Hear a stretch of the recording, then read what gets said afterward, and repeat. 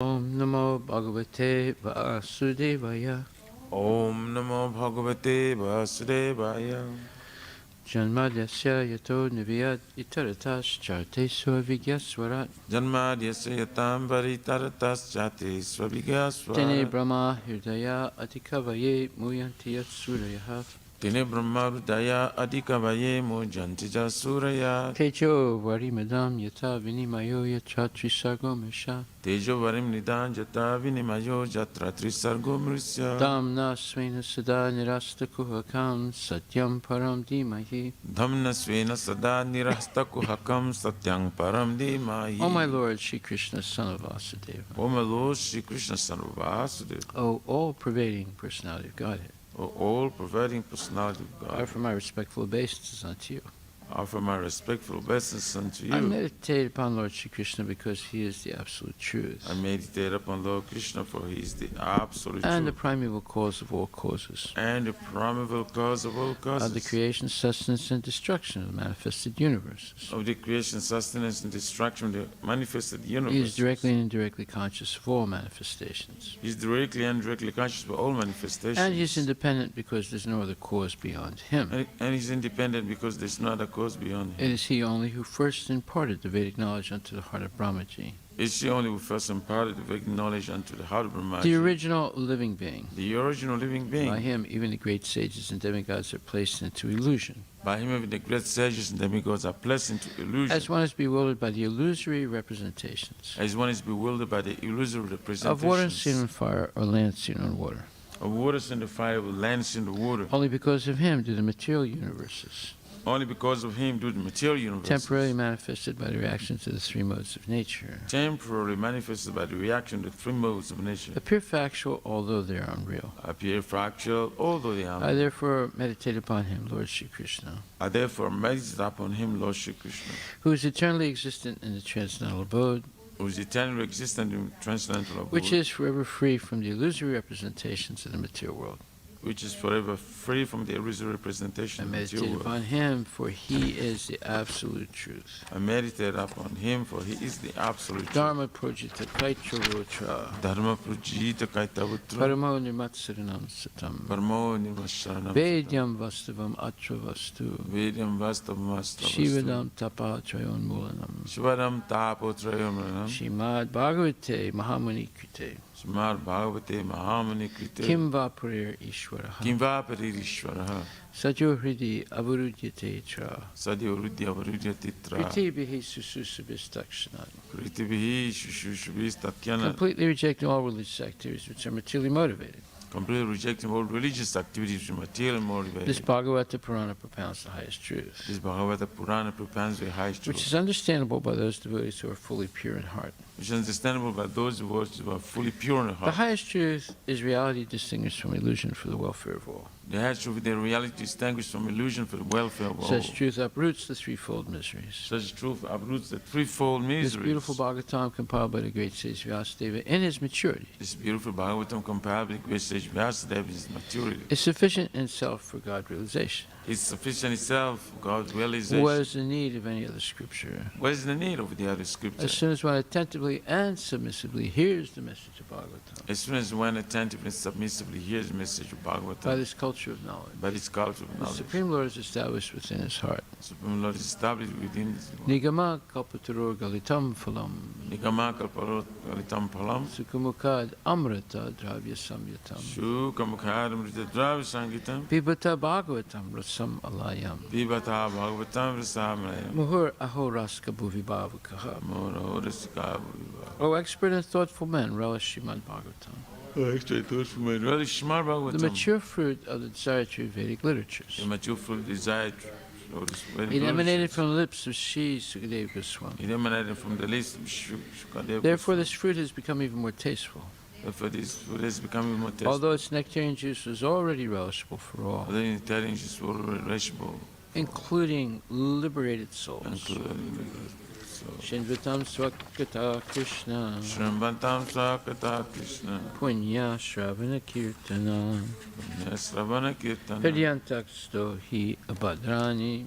Yantatusi Hiyabadrani Vidunati Suhitsatam. Vidunati Surisatam. To hear about Krishna from Vedic literatures, To hear about Krishna from Vedic literature, or to hear from him directly through the Bhagavad Gita, or to hear from him directly through the Bhagavad Gita. is itself righteous activity. This is self-righteous And activity. for one who hears about Krishna, One who hears about Krishna, Lord Krishna is dwelling in everyone's heart, Lord Krishna, acts as a best wishing friend, and purifies the devotee who constantly engages in hearing of him.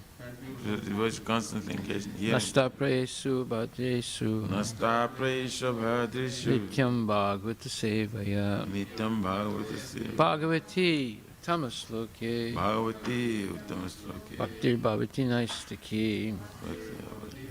In this way, a devotee naturally develops his dormant transcendental knowledge.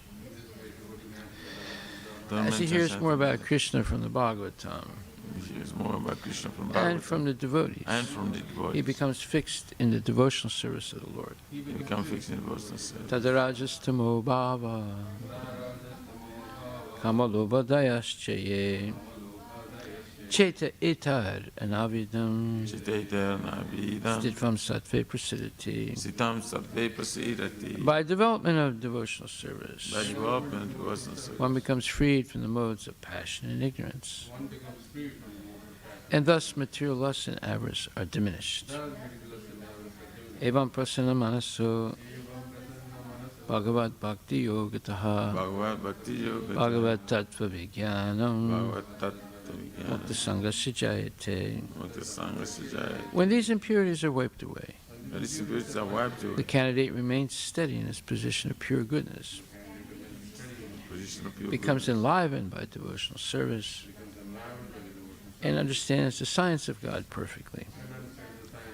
Vidyate hridaya grantis Hridaya Granthi, shidyante sarvasamsaya Chityanti Sarva Samsaya, shiyante jasya karmani justa evat manishvare. Thus bhakti yoga severs the hard knot of material affection and enables one to come at once to the stage of a samsayam samagram, understanding of the supreme absolute truth personality of Godhead. Understand the supreme absolute truth, personality of God. Therefore, only by hearing from Krishna or from his devotee in Krishna consciousness Therefore, only by hearing from Krishna or from his devotees in Krishna consciousness can one understand the science of Krishna. can one understand the science of Krishna. Srimad Bhagavatam, Canto 2, Chapter 1, text number 22.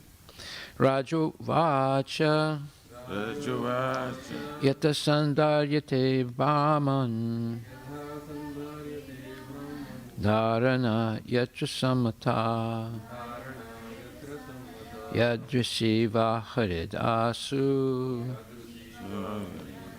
Purushasya Manomalam. Purusha Mano Malam.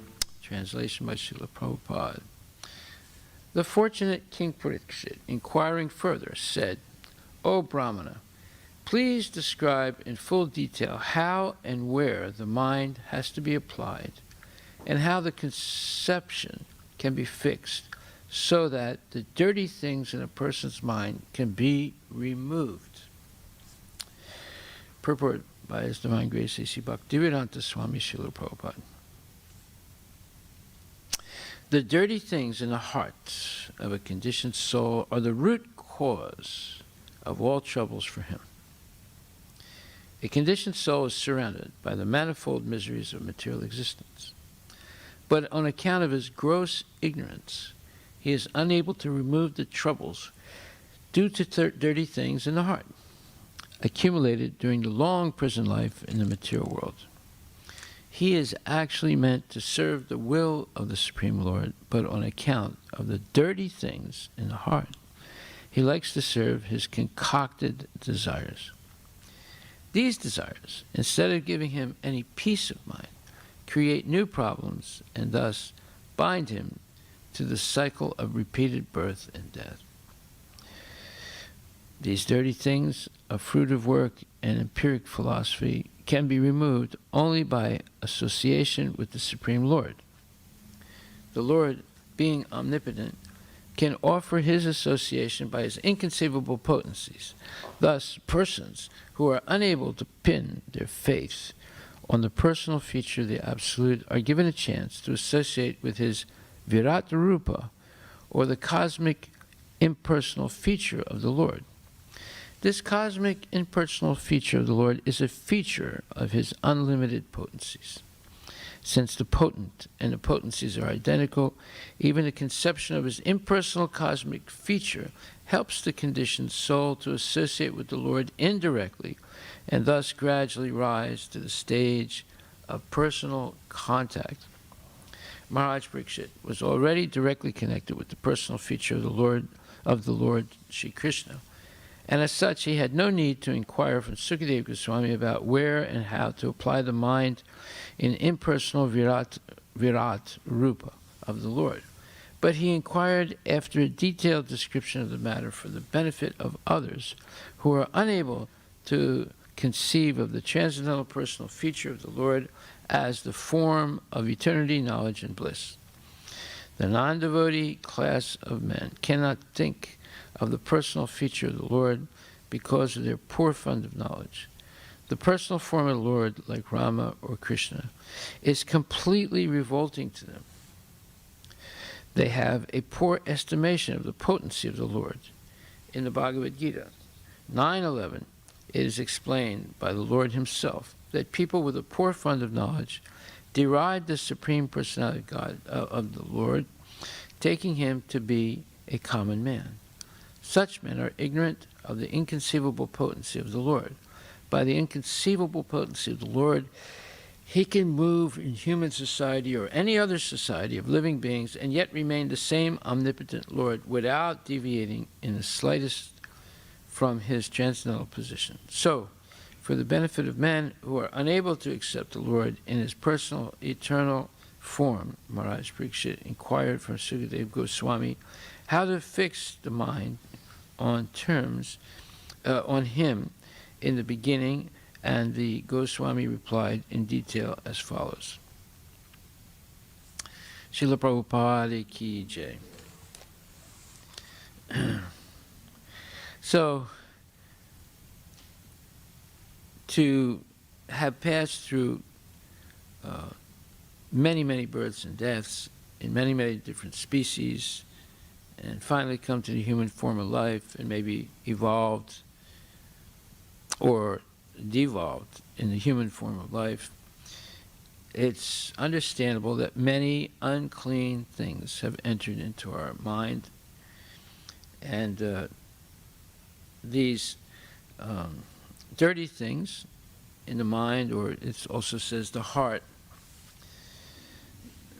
the mind sometimes tries to be, and sometimes does two functions. It receives the impressions or the experiences of the other five senses, and it keeps them in memory.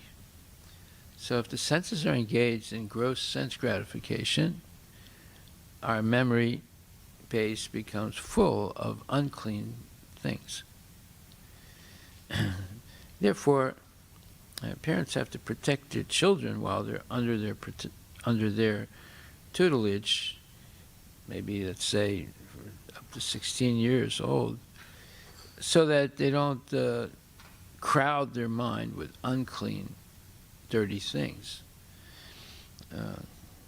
But that's harder and harder nowadays because you have all this social media, which is rife with dirty things. And therefore, it's very important. As it says in Bhagavad Gita, let's take a look at this. It's a very interesting verse. And it says,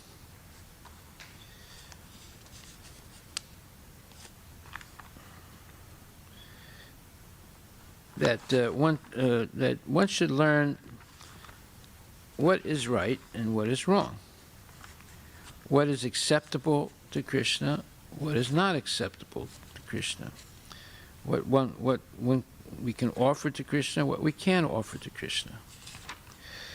So this is education when a person learns these things. 1 second, let me see where that verse is.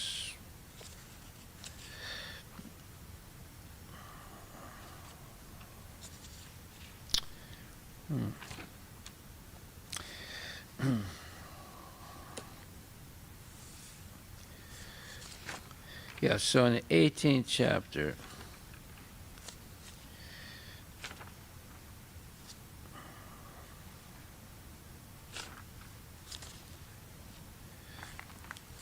it says,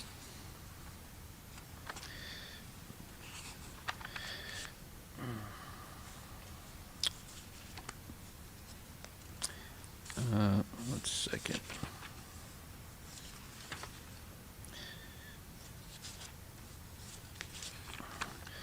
Anyway, it's pavritim cha, nivritim cha.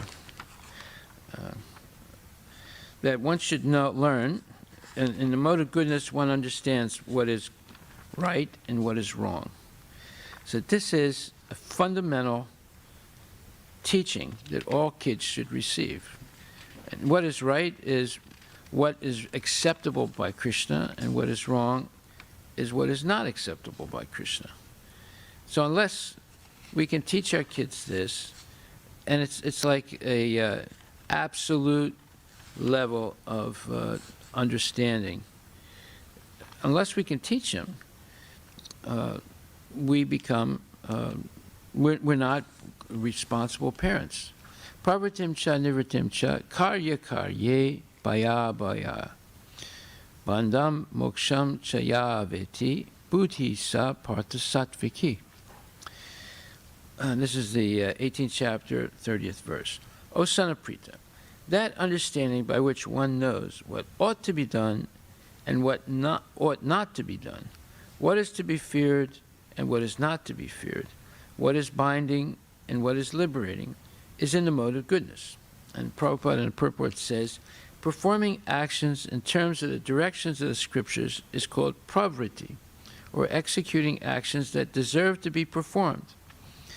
And actions which are not so directed are not to be performed.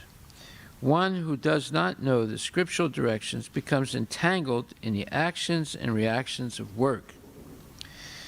Understanding which discriminates by intelligence is situated in the mode of goodness. Okay, so the understanding of things which discriminates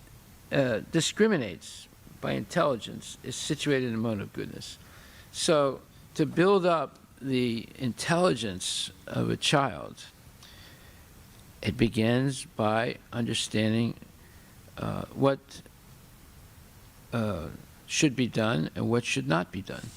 So when when a person makes a vow to follow the four regulative principles, this is the beginning of knowledge. You begin by knowing what you shouldn't do, and then the other four regulative principles are what you should do. So unless we can teach our kids these principles of what should be done and what should not be done, they never really get educated. And so when they become introduced to all kinds of alien nonsense in schools and in associating with unholy kids and going on social media, they'll be able to discriminate. As it says, understanding which discriminates by intelligence is situated in the mode of goodness. So this education is not simply learning facts. Education is the ability to discriminate between what is right and what is wrong, what is Krishna conscious and what is not Krishna conscious. So in this purport it says, dirty things in the heart of a conditioned soul are the root cause of all troubles for him. So if we look at the body in this way, the body has 9 holes: 2 eyes, 2 ears, 2 nostrils, a mouth, and genital and anus. So 2 eyes, 2 ears, 2 nostrils, that's 6 already. A mouth is 7, genital and anus 8, 9. So we have 9 holes. Who we are is determined by what we let in those 9 holes. Who we are is determined by what we let in those 9 holes. So, you could say the following: see no evil, hear no evil, smell no evil, eat no evil, like that. Closing the gates, these 9 holes are called the gates of the bodies. Closing the gates to unholy things should be the first things that kids learn. It should be the first things that they learn. If you make a pedagogy, with pedagogy is a big word, I want you to look it up. Pedagogy, I think. Pedagogy means the way you teach, or the general organization of the curriculum that you teach. Is that what it says? What does it say?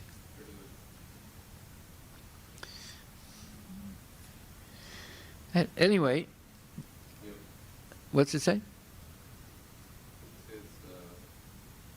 It says method and practice of teaching, especially as an academic subject or theoretical concept. Right. So the method and practice of teaching, Especially as an academic subject especially as an academic subject or a theoretical concept. or a theoretical concept. You see? So the pedagogy of devotees, parents, should be to teach children that there are 9 gates to this body, and who we are is going to be determined by what we let in and what we not let in those 9 gates. Just like, let's say you buy a nice, very new house, and one day a neighbor comes and knocks on the door and says, "Hi, my name is so-and-so, I'm your neighbor, and we're so happy you moved into this neighborhood." So you feel, oh, this is a nice guy, I like it. And, just to show your neighborly, let's say, goodwill, is it okay if I bring my trash and leave it in your front door? Of course, we know you want to be a good neighbor. So you get all flustered and say, well, it's okay. So, all right, great. And I'll tell the other neighbors, too, that you'll accept their trash, okay? Okay. So every day they bring their trash and knock on the door and they say, well, here it is. And you put it in your house. So even though you have a brand new house, after a couple of weeks, you move out because it's full of trash. And it develops into a poisonous environment by accepting all that trash. That's exactly what happens to kids due to material education. Their minds become trashed by all the nonsense that they're hearing. Big Bang and Darwin's theory and gender neutrality and there's no God, there's only science, and blah, blah, blah. It's just unimaginable nonsense that would never have been tolerated in previous times. Never tolerated. It not only is tolerated now, it's advocated. So, therefore, the dirty things in the heart of a conditioned soul are the root cause of all troubles.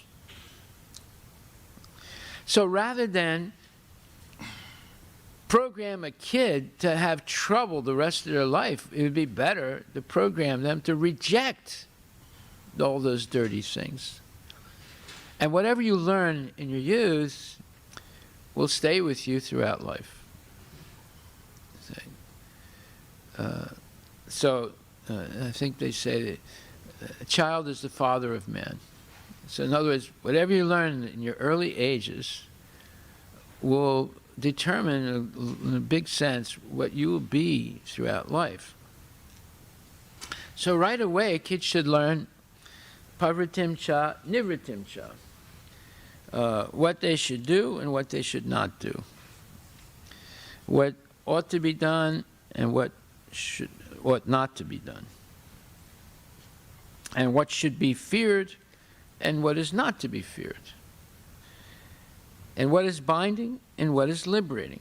So this is an important verse to form the basis of Krishna conscious pedagogy. Wow, it's a big word, pedagogy, right? Did you know this word, Prabhu? No. Yeah. So, 18th chapter, 30th verse. The basis of all pedagogic strategies or programs. Then it says, a conditioned soul is surrounded by the manifold miseries of material existence. Look up the word manifold. It means many, many different, let's say, styles or different layers of nonsense. Manifold, M-A-N-I-F-O-L-D.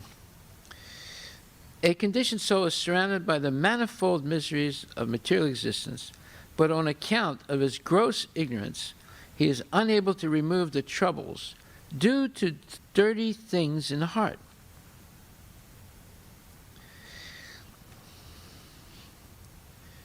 So he's unable to get rid of these troubles due to all these dirty things in the heart,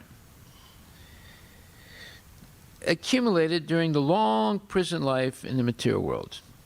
He is actually meant to serve the will of the Supreme Lord, but on account of the dirty things in the heart, he likes to serve his concocted desires. Wow, this is like, Prabhupada is amazing.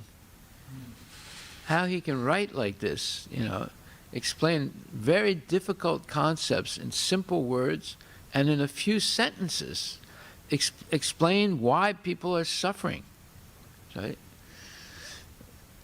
Sometimes, you know, you ask a question to a scholar and he gives you a long skull beating with nonsense. You know, it takes you here, there, over here, over there. And in the end, you regret having asked the question because you get more confused by the answer than when you asked the question, right? So, but here, Prabhupada, in a few lines, he explains exactly why people suffer, you know, and it's related to many lifetimes of accumulation of dirty things. Imagine how hard it's going to be to get rid of all those dirty things. Okay? But on account of the dirty things in the heart, he likes to serve his concocted desires. These desires, instead of giving him any peace of mind, create new problems and thus bind him to the cycle of repeated birth and death. Whoa. So now we know what you would call the merry-go-round of misery. Now, when you go to the merry-go-round in the festivals, they have these merry-go-rounds, right? There's horses going up and down and going around. As soon as the kid gets on the horse and it's going up and down, it's going around, they get real happy and have a smile, you know. And then when it comes to a stop, because, you know, your money only pays for like 5 minutes or 10 minutes of going up and down and around, then, you know, you say, well, I have to come off. And they start crying. They say, I don't want to go. I want to do this more, right? It's the same thing with when, like, the entrance of Costco or one of these stores, you know, they have this horsey, this mechanical horsey, right? So you put a quarter or 50 cents or $1, and then the horsey goes up and down, and the kid's real happy, right? Then it comes to a stop, and you say, okay, now let's go inside. No, I want to stay here, you know. So these are examples of what? These desires, instead of giving him any peace of mind, create new problems and thus bind him to the cycle of repeated birth and death. So that temporary sense gratification, as soon as it comes to an end, and you say, okay, well, we'll go in the store now, They say, I don't want to go. I want to do this some more, right? It creates a problem.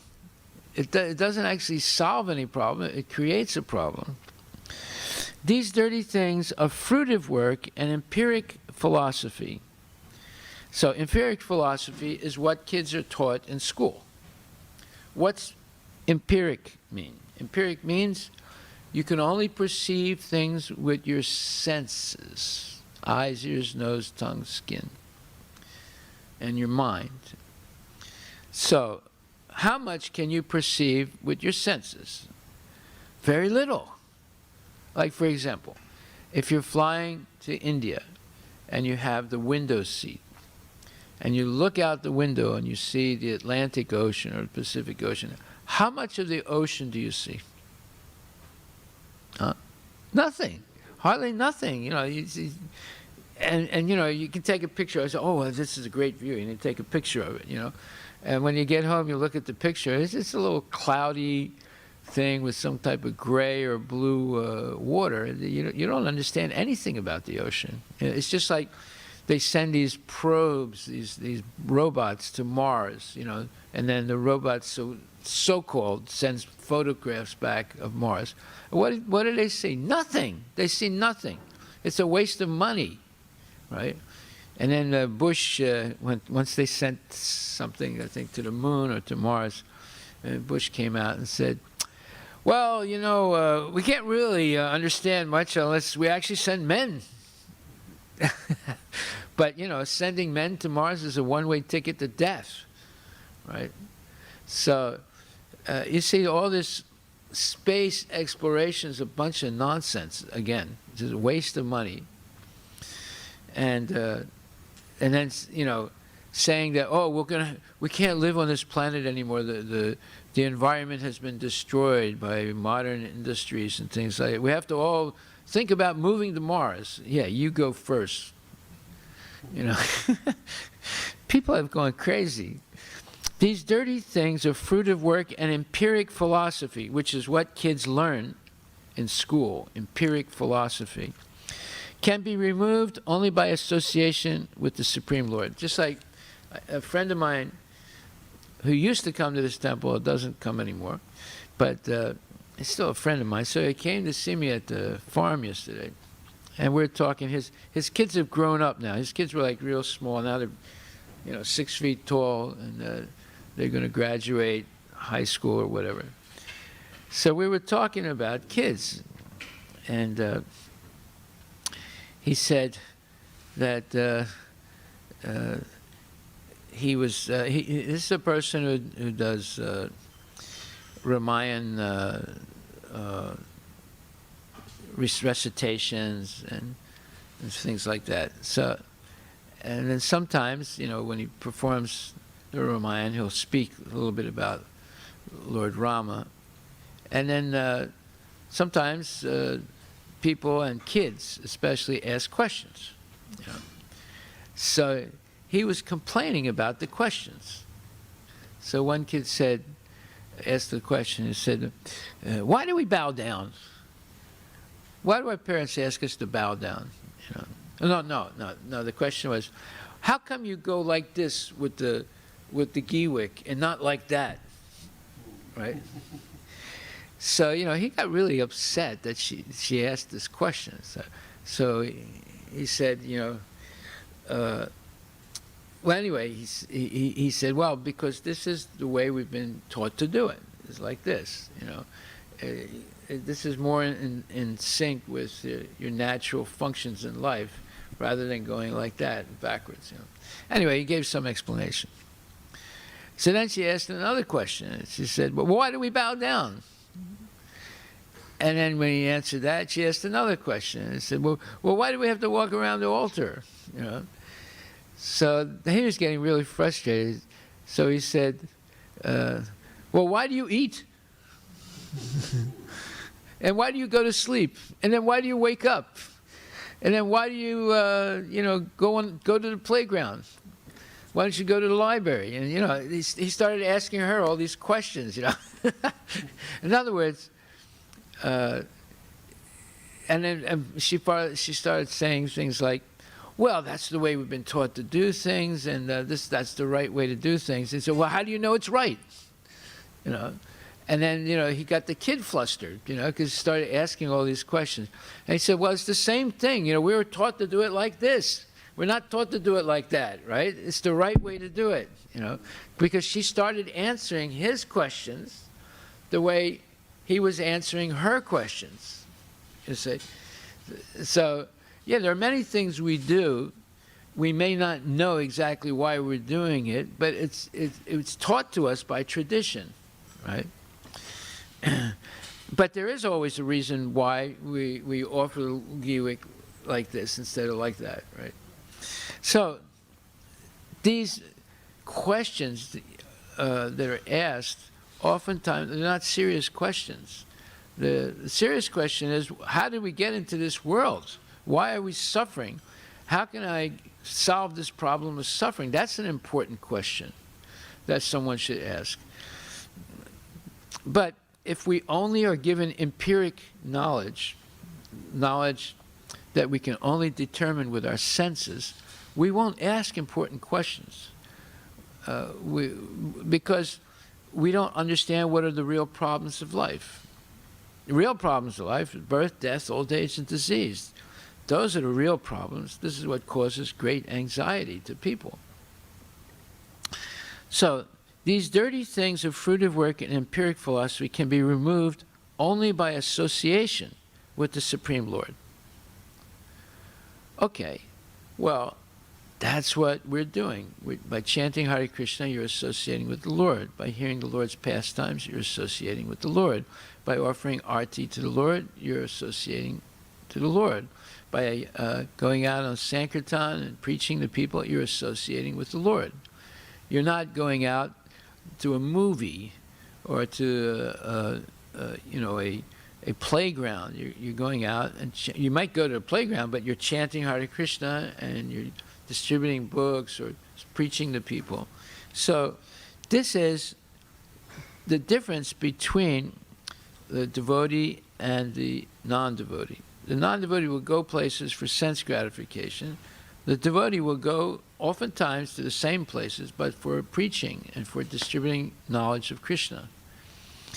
So thus persons who are unable to pin their faith on the personal feature of the Absolute are given a chance to associate with his Virat Rupa, or the cosmic impersonal feature of the Lord. So again, now he's continuing this theme, Prabhupada, he's continuing this theme of explaining how a pantheistic view of life can eventually lead to the personal realization of the Lord, if there's some direction given to it by devotees. So the cosmic impersonal feature of the Lord is a feature of his unlimited potencies. Since the potent and the potencies are identical, even the conception of his impersonal cosmic feature helps the conditioned soul to associate with the Lord indirectly and thus gradually rise to the stage of personal contact. So Prabhupada's giving a strategy of preaching here.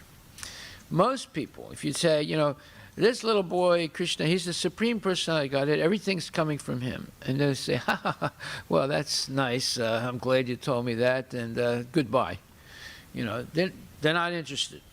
It doesn't make sense to them. How can that little boy be the source of all creation? So they have no way of understanding it. But if you explain, if you direct a person toward the Virat Rupa, and they'll say, oh, this is interesting. And now I know why the American Indians talk about the Great Spirit, you know, and why they think the eagle is a manifestation of the Great Spirit, you know, this energy. Whenever there's a great expression of energy or a manifestation of energy, that's part of the Great Spirit, right? So then once they begin to think like that, you can lead them gradually, because wherever there's energy, there must be the energetic, or the source of energy. Right? Everything is energy anyway. Like we are one of the energies of Krishna, right? We are his marginal potency. And There's internal potency, and there's different categories of internal potency. Eternity, bliss, and knowledge, or Sandini, Sambhik, and Hladini. So all this, everything is energy. Now, you can have an impersonal understanding of energy, but that impersonal understanding can lead to the personal understanding, because everything has a source. There has to be a source of energy. So you see, Prabhupada's teaching us, whether you realize it or not, a technique of preaching to atheistic people who, if they do develop some little spirituality, it's usually impersonalism, not personalism. They can't imagine that there's a person so powerful that everything emanates from them. And that's why we're in the material world, because we originally revolted against Krishna. So any hint that God is a person would be alien to us, because we rejected that idea. We ran away from him. We came to the material world by rejecting Krishna and Krishna consciousness. So therefore, there's abhorrence, there's a reluctance of people to believe that God is a person. But that can be overcome, and Prabhupada's giving the strategy here. Maharaj Parikshit was already directly connected with the personal feature of the Lord, of Lord Shri Krishna, and as such he had no need to inquire from Sukadev Goswami about where and how to apply the mind in the impersonal Virat Rupa of the Lord. But he inquired after a detailed description of the matter for the benefit of others. So Arjuna was not an illusion, although it says he was an illusion, but actually he's the eternal associate of Krishna. He cannot be an illusion, right? He's eternally with Krishna. But he's play acting, and in order to precipitate the Krishna speaking the Bhagavad Gita, and the Bhagavad Gita is for the benefit of all living entities, because it explains everything necessary to surrender to Krishna, and every question that may be asked, every important question that may be asked on the path of surrendering to Krishna. So, and here again, the Maharaj Parikshit's inquiry is not really for himself, but is for the benefit of the majority of people who are impersonalists and who are unable to conceive of the transcendental personal feature of the Lord as the form of eternity, knowledge, and bliss. The non-devotee class of men cannot think of the personal feature of the Lord. Because of their poor fund of knowledge, the personal form of the Lord, like Rama or Krishna, is completely revolting. You see, revolting, that means they get disgusted. You know, it's sickening to them to hear about God as a person.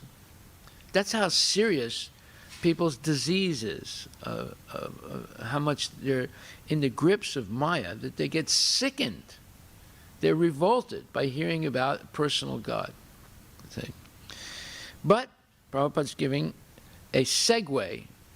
A segue is a pathway, how to take them so that they can understand Krishna as a person. They have a poor estimation of the potency of the Lord. In the Bhagavad Gita 9:11, it is explained by the Lord himself that people with a poor fund of knowledge deride the Supreme Personality of Godhead. In other words, they're so revolted, they're so disgusted, that they insult and speak derisively, you know, with contempt, and belittle anything you say about Krishna, in order to get rid of any talk. See? Just like if your teacher asks a question and said, who can explain to me how the world starts? And then the kid raises his hand. Well, it says in the Bible that God created the world in 6 days, and on the 7th day he rested. So, excuse me, Johnny, you're not allowed to speak about God in this class, so don't say that. You have to stick to the book. It says that we all came from one-cell amoebas. Well, Johnny is bewildered because he goes to church and the pastor says, we all come from God. And he goes to school and the teacher chastises him for mentioning God as the source of creation and says, you have to stick to the book, Johnny. We all come from amoebas. So this is what they're up against, this kind of nonsense. You see. And it's because people hate God. That's why we're in the material world. They're revolted by hearing anything about God. That's why they do not allow people to talk about God in school, in the public schools, even in private schools. So, it says, in the Bhagavad Gita 9:11 is explained by the Lord himself that people with a poor fund of knowledge deride the Supreme Personality of the Lord, taking him to be a common man. Such men are ignorant of the inconceivable potency of the Lord. By the inconceivable potency of the Lord, he can move in human society or any other society of living beings and yet remain the same omnipotent Lord without deviating in the slightest from his transcendental position. So, for the benefit of men who are unable to accept the Lord in his personal eternal form, Maharaj Parikshit inquired from Sukadeva Goswami how to fix the mind on him in the beginning, and the Goswamis replied, and the Goswami, Sukadeva Goswami, replied in detail as follows. So this is a planned drama in order to instruct the people, the general population, general ignorant population. Maharaj Parikshit didn't need to hear these explanations. He was already had a personal relationship with Krishna, but the majority of people don't have any personal relationship with Krishna or God. So it's necessary, and you see, it's not like dogma. They are explaining how you can explain to atheistic people about energy and power, and through the, let's say, the ticket of energy, you can bring them gradually to the personal realization of God. See? So this is a preaching strategy that was perfected 5,000 years ago for the people in this age of Kali, and Prabhupada's picking up on it perfectly. See? You don't pick up on this normally. Right? You don't understand what he's doing. Why is he talking about pantheism, you know? Why is he talking about, as it says here, the Virat Rupa, which is a temporary form that Krishna accepts. It's not an eternal form. There's no Virat Rupa in the spiritual world. It's only in the material world. And when the material world ends temporarily, it also ends temporarily. Right? Okay, we'll stop there. I was going to go back to what we were doing yesterday. We'll do that tomorrow. But this is a very interesting purport, and you can see how Prabhupada develops a theme from one verse to another that's absolutely important for preaching Krishna consciousness. Srila Prabhupada ki jai.